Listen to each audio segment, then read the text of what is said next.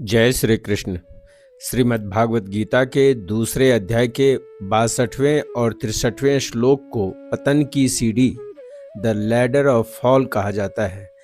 इसमें श्री कृष्ण ने बहुत ही सूक्ष्म मनोवैज्ञानिक विश्लेषण किया है कि कैसे एक छोटा सा विचार अंततः मनुष्य के विनाश का कारण बन जाता है।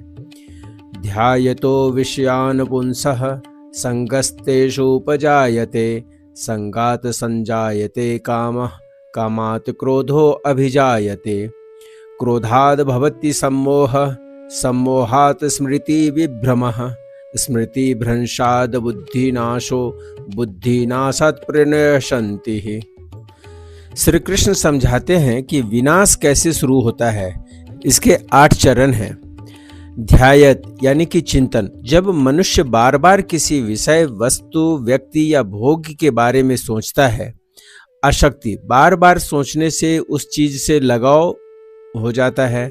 लगाव बढ़ने पर उसे पाने की तीव्र कामना पैदा होती है। जब उस इच्छा की पूर्ति में कोई बाधा आती है तो क्रोध जन्म लेता है। क्रोध आने पर मनुष्य की सोचने समझने की शक्ति खो जाती है, वह मूढ़ हो जाता है। सम्मोह की स्थिति में वह अपने संस्कारों, मर्यादा और गुरु की शिक्षाओं को भूल जाता है। जब सही गलत की याद ही नहीं रहती तो विवेक मर जाती है। जिसकी बुद्धि नष्ट हो गई वह मनुष्य जीते जी मृत के समान है और उसका पूर्ण पतन हो जाता है। श्री कृष्ण हमें आगाह कर रहे हैं कि विचार ही बीज है। यदि हम शुरुआती दौर में ही अपने विचारों को नियंत्रित कर ले तो हम विनाश की इस पूरी श्रृंखला से बच सकते हैं। क्रोध, लालच, वासना आदि को वैदिक ग्रंथों में मानस रोग कहा गया है।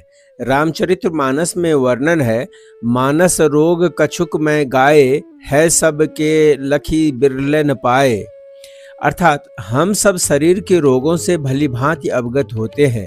यहाँ तक कि केवल एक शारीरिक रोग में इतनी शक्ति होती है कि वह हमारे पूरे दिन को कष्टदायक बना देता है। लेकिन हम यह नहीं जानते कि हम निरंतर बहुसंख्यक मानसिक रोगों से ग्रसित हैं। चूंकि हम वासना, लोभ आदि को मानसिक रोगों के रूप में स्वीकार नहीं करते, अतः उनका निदान करने का प्रयास नहीं करते। मनोविज्ञान मानव के मन मस्तिष्क को समझने की पद्धति है, जिसके द्वारा इन रोगों का विश्लेषण करने के पश्चात इनके उपचार का प्रयास किया जाता है। जय श्री कृष्ण।